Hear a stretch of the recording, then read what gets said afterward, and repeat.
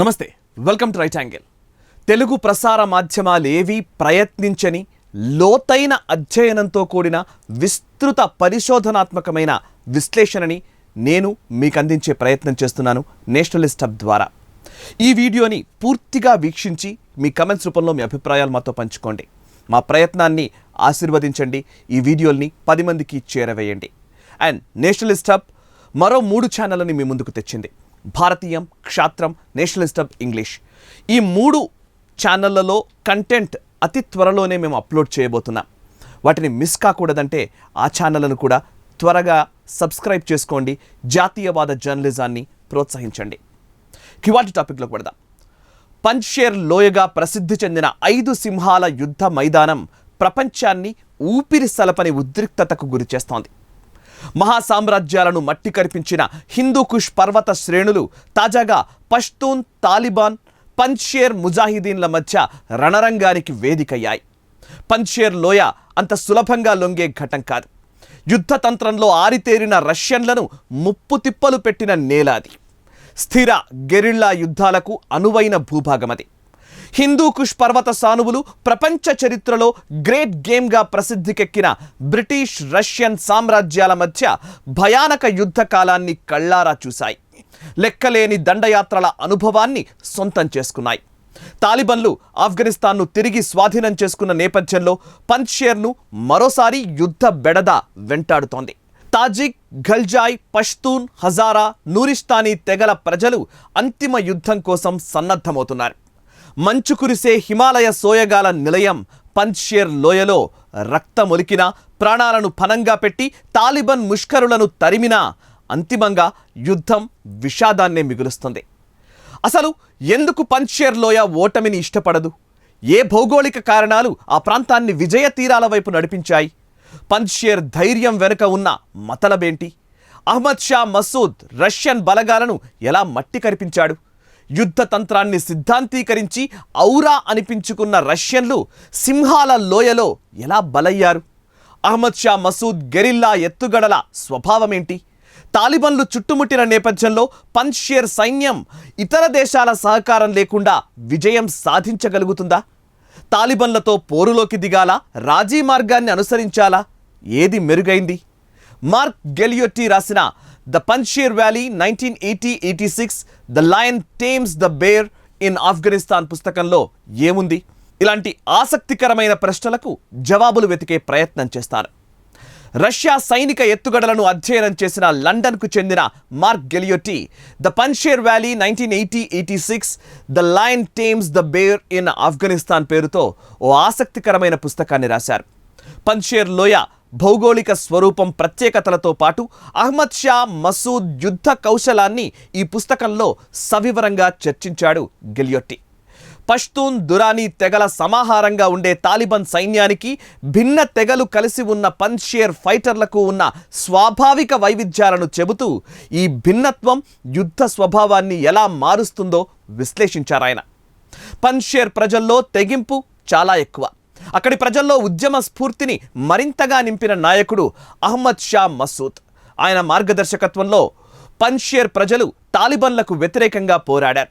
1970-80లలో Soviet Russia దండయాత్రను తిప్పికొట్టడంతో పాటు 1996-2001లో తాలిబన్ల రాక్షస పాలనపై అవిశ్రాంత పోరాటం చేసిన గెరిల్లా కమాండర్లలో అహ్మద్ షా పాత్ర కీలకమైంది. ఆయన కేవలం రాజకీయ నేత మాత్రమే కాదు, మిలిటరీ కమాండర్ కూడా. అహ్మద్ షా మసూద్ ఇంజనీరింగ్ చదువుతున్న కాలంలో మావో సేటుంగ్, చెగువేరా గెరిల్లా యుద్ధ కళను అధ్యయనం చేసినట్లు వెల్లడించారు. అయితే తాము అమలు చేసిన గెరిల్లా యుద్ధ సూత్రాల్లో చెగువేరా ఆచరించినవి కాస్త సులభంగా ఉండడంతో పాటు సత్వర ఫలితాలిస్తాయని తాను భావిస్తున్నట్లు అహ్మద్ షా ఓ సందర్భంలో వెల్లడించినట్లు ఈ పుస్తకం పేర్కొంది. అయితే అహ్మద్ షా ప్రపంచ చరిత్రలోని విభిన్న గెరిల్లా యుద్ధ వ్యూహం, ఎత్తుగడలను అధ్యయనం చేయడంతో పాటు పంజ్షేర్ లోయలోని భౌగోళిక ప్రత్యేకతలను, లోయలోని వివిధ తెగల యుద్ధ నేపథ్యాన్ని దృష్టిలో ఉంచుకొని పకడ్బందీ యుద్ధ కళకు రూపం పోశారట. ఈ నూతన తరహా వ్యూహమే సోవియట్ సేనల ప్రాణాలను హరించాయని చరిత్ర చెబుతోంది. ఆస్ట్రేలియాకు చెందిన రక్షణ వ్యవహారాల నిపుణుడు రిచర్డ్ మెకెన్జీ 1988 సెప్టెంబర్ సంచిక ఎయిర్ ఫోర్స్ మ్యాగజైన్లో How did a band of ragtag tribesmen manage to defeat the Soviet Union in its own backyard అంటూ సోవియట్ ఆఫ్ఘన్ యుద్ధంపై లోతైన పరిశీలనతో కూడిన వ్యాసాన్ని రాశారు. సోవియట్ సేనలు 1979 డిసెంబర్ 6 నాటికి ప్రధాన ఫైటింగ్ బేస్ బర్గమ్ మీదుగా సలాంగ్ పర్వత శ్రేణిని దాటాయి. వైరిపక్షం పన్నిన ఉచ్చులోకి వెళుతున్న విషయాన్ని రష్యా బలగాలు ఊహించలేకపోయాయి. రిచర్డ్ మెకన్జీ నాటి భయానక యుద్ధ సన్నివేశాన్ని వర్ణించారు. Watching Muslim rebels conceive, plot and execute a classic guerrilla strike against Soviet backed outpost in the remote Keran valley, you get a closeup look at how the war is being won and lost in Afghanistan అంటూ ఆయన వ్యాఖ్యానించారు. అంటే మారుమూల కేరాన్ లోయలో ముస్లిం తిరుగుబాటుదారులు వైరి రాకను ఊహించి పథకాన్ని రచించి దాన్ని సమర్థవంతంగా అమలు చేసి సోవియట్ సేనలను ఓడించిన తీరు గెరిల్లా దాడుల్లో అత్యంత ప్రామాణికమైంది. యుద్ధం జరుగుతున్న తీరును గమనిస్తే ఆఫ్ఘన్ యుద్ధ జయాపజయాలు ఇట్టే రూపుగడుతున్నాయి అంటూ ఆయన వ్యాఖ్యానించడం జరిగింది. అంతేకాదు, in the meticulously planned assault, small units of highly motivated Muslim irregulars fortified with reasonably good weapons and extraordinary intelligence data surprise and utterly rout the heavily equipped but slow-footed and demoralized soldiers of the Afghan army garrison. అంటే పకడ్బందీ పథక రచన, రక్షించుకోగలిగే సామర్థ్యమున్న ఆయుధాలు, అంతకు మించి అసాధారణ నిఘా సమాచారంతో పాటు అంకిత భావం కలిగిన ముస్లిం ఫైటర్లు చేసిన దాడిలో ఆఫ్ఘన్ సేనలు హఠాత్ పరిణామానికి గురయ్యాయి అంటూ ఆయన వ్యాఖ్యానించడం జరిగింది. విపరీతమైన బరువులు మోస్తూ నెమ్మదిగా కదులుతున్న బలగాలు నైతిక స్థైర్యం కోల్పోయి అచ్చంగా పలాయనం చిత్తగించాయి అంటూ యుద్ధ తీవ్రతను ఆయన చిత్రిక పట్టాడు. తాను ముందుగానే పన్నిన ఉచ్చులోకి సోవియట్ సేనలు వచ్చేలా ఎత్తుగడ రచించిన అహ్మద్ షా మసూద్ అనుకున్న ప్రదేశానికి వైరి సైన్యం రాగానే గుక్క తిప్పుకోలేని దాడికి ఆదేశించాడట. దీంతో రష్యా బలగాలు ఉచ్చులో చిక్కుకొని చనిపోవడమో, గాయాలతో పారిపోవడమో, లొంగిపోవడమో జరిగింది. పంజ్షేర్ టోపోగ్రఫికల్ అడ్వాంటేజెస్ అహ్మద్ షా భీతి లేని స్వభావానికి కారణంగా చెబుతారు. ఎంత అధునాతన ఆయుధ సంపత్తినైనా అతి తక్కువ మందితో, తక్కువ సామర్థ్యమున్న మందుగుండుతో ఓడించడం అనేది పంజ్షేర్లో మరింత సులభంగా సాధ్యమవుతుందంటారు సోవియట్ వ్యూహ పరిశీలకుడు మార్క్ గెలియొట్టి.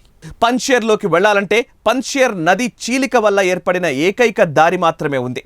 ఇదే దాడులకు అనుకూలంగా మారింది. రాబర్ట్ బౌమన్ రాసిన Russian Soviet unconventional wars in the Caucasus, central Asia and Afghanistan పుస్తకంలో పంజ్షేర్లో రష్యా బలగాల ఓటమిపై టోపోగ్రఫీ ఎలాంటి ప్రభావం చూపిస్తుందో విశ్లేషించారు. The most rugged areas of northern and eastern Afghanistan posed distinct strategic and tactical problems for the Russians and Soviets. In particular, the restricted maneuver and increase the difficulties in sustaining regular European style forces అంటూ వ్యాఖ్యానించడం జరిగింది. ఉత్తర తూర్పు ఆఫ్ఘనిస్తాన్లోని ఎత్తుపల్లాల యుద్ధ భూమి Russian Soviet బలగాలకు వ్యూహాత్మక ఎత్తుగడల సవాళ్లను విసిరాయి. European తరహా యుద్ధ కళలో ఆరితేరడం అనే పరిమితి ఓటమికి కారణమైంది. ఇక మరోవైపు మధ్య ఆసియా భౌగోళిక స్వరూపం రక్షణ వ్యూహాల్లో ఎలాంటి పాత్ర పోషిస్తుందో విశ్లేషిస్తూ nature it may be said constituted the predominant factor in Central Asian defences. అంటే మధ్య ఆసియా ప్రకృతి రక్షణ విధానంలో అత్యంత నిర్ణయాత్మకమైన పాత్రను పోషిస్తుంది అని వ్యాఖ్యానించారు. ఇదంతా 90వ దశకం నాటి మాట.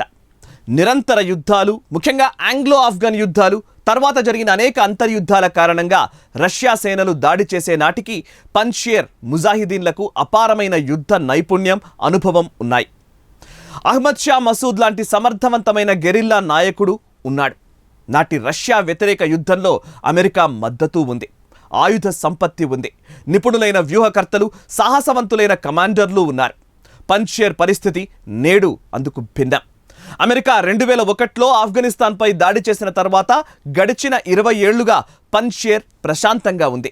2 దశాబ్దాలుగా లోయ యువత కొత్త భవిష్యత్తును నిర్మించుకుంటోంది. యుద్ధం చేస్తామన్న ధైర్యం ఉన్న వారి సంఖ్య మెరుగ్గానే ఉన్నా తాలిబన్లతో పోరాడగలరా అనే సందేహాలు ఉన్నాయి. సరిగ్గా ఇలాంటి సందర్భంలోనే అమెరికా పలాయనం, తాలిబన్ స్వాధీనం జరిగిపోయాయి. మరోవైపు తాలిబన్లు గత 20 ఏళ్లుగా నిరంతర యుద్ధంలో మునిగి తేలి ఉన్నారు. అనేక మంది యువకులను గెరిల్లా యుద్ధ నిపుణులుగా తీర్చిదిద్దారు. పంజ్షేర్కు బయటి దేశాల మద్దతు కరువైంది. తాలిబన్లు లోయను చుట్టుముట్టారు. అహ్మద్ షా మసూద్ తనయుడు అహ్మద్ మసూద్కు యుద్ధ అనుభవం పెద్దగా లేదు. వ్యూహరచన ఏ మేరకు చేయగలడో తెలియదు. బలగాల సామర్థ్యంతో పాటు వ్యూహం, ఎత్తుగడలే యుద్ధం అంతిమ ఫలితాన్ని నిర్ణయిస్తాయి. అయితే అహ్మద్ మసూద్తో పాటు ఉన్న సమర్థుడైన గూఢచారి, నిఘా విభాగాల అనుపానులు తెలిసినవాడు, ధైర్య సాహసాలున్న ఆఫ్ఘాన్ ఉపాధ్యక్షుడు అమ్రుల్లా సాలే ఉన్నాడు. అమ్రుల్లా సాలే గూఢచర్యం కారణంగానే అమెరికా అల్-ఖైదాను మట్టుబెట్టింది. బిన్ లాడెన్ను గుట్టుచప్పుడు కాకుండా సంహరించింది. అంతేకాదు ప్రపంచంలో అనేక దేశాల్లో అత్యంత రహస్యంగా దాక్కున్న తాలిబాన్, అల్-ఖైదా నేతల ఉనికిని సిఐఏకి అందించింది కూడా అమ్రుల్లా సాలేనే. సిఐఏకు అత్యంత నమ్మకమైన ఏజెంట్ అమ్రుల్లా సాలే. ఆగస్టు 23న అమ్రుల్లా సాలే చేసిన ట్వీట్ ఆశ్చర్యానికి, ఉత్కంఠకు గురిచేస్తోంది. Talibs have massed forces near entrance of Panjshir. A day after day, they got trapped in ambush zones in neighboring Andarab Valley and hardly went out in one piece. Meanwhile, Salang highway is closed by the forces of resistance. There are terrains to be avoided అంటూ హెచ్చరించారు. Taliban సేనలు మా ఉచ్చులోకి క్రమంగా వస్తున్నాయి, జాగ్రత్త సుమా అంటూ విశ్వాసం నిండిన ప్రకటన చేశారు. ఒకవేళ నిజంగానే తాలిబాన్ సేనలు పంజేర్ ముజాహిదీన్ల ఉచ్చులో చిక్కుకొని భారీ సంఖ్యలో ప్రాణాలు కోల్పోవచ్చు. అయితే మరో వెల్లువల తాలిబన్లు పంజేర్ లోయను చుట్టుముడితే పరిస్థితి ఏంటన్నదే అహ్మద్ మసూద్ సాలేల ముందున్న సవాల్. రాజీ మార్గంలో వెళ్లి కొంతకాలం వ్యూహాత్మక లొంగుబాటు ప్రకటించడానికి సిద్ధంగా ఉన్నారో లేదో తెలియదు. బలమైన ముష్కరముఖతో పోరాడి ఓటమి పాలు కావాలా, దీర్ఘకాల దృష్టితో వ్యూహాత్మక రాజీ మార్గాన్ని అనుసరించాలా అంటే మొదటి ప్రశ్నకు జవాబు ప్రజల ప్రాణాలతో ముడిపడి ఉన్న అంశం. రెండవ సవాల్కు స్పందించడం నైతిక సంశయానికి సంబంధించిన స్థితి. పంజేర్ ఈ యుద్ధాన్ని గెలవాలి. పంజేర్లో తాలిబన్లపై తిరుగుబాటు ప్రకటించిన అహ్మద్ మసూద్ నేతృత్వంలోని ప్రతిఘటన కూటమి కూడా ముజాహిదీన్ తాత్వికతనే విశ్వసిస్తుంది. అయితే మహిళల విషయంలో కాస్త ఉదారతను ప్రదర్శిస్తుంది. యుద్ధంలో పంజేర్ గెలిస్తే తాలిబాన్ సేనల అకృత్యాలను ప్రశ్నించే ఒక భూమి హామీగా ఉందని అర్థం. ఈ వీడియో నచ్చితే లైక్ చేయండి, 10 మందికి షేర్ చేయండి. అండ్ మీ కమెంట్స్ రూపంలో మీ అభిప్రాయాలు మాతో పంచుకోండి. మనసా వాచా కర్మణ దేశహితం కోసం పరితపించే నేషనలిస్ట్ హబ్ యూట్యూబ్ ఛానల్ని సబ్స్క్రైబ్ చేసుకోండి. జాతీయవాద జర్నలిజాన్ని ప్రోత్సహించండి. Thank you very much.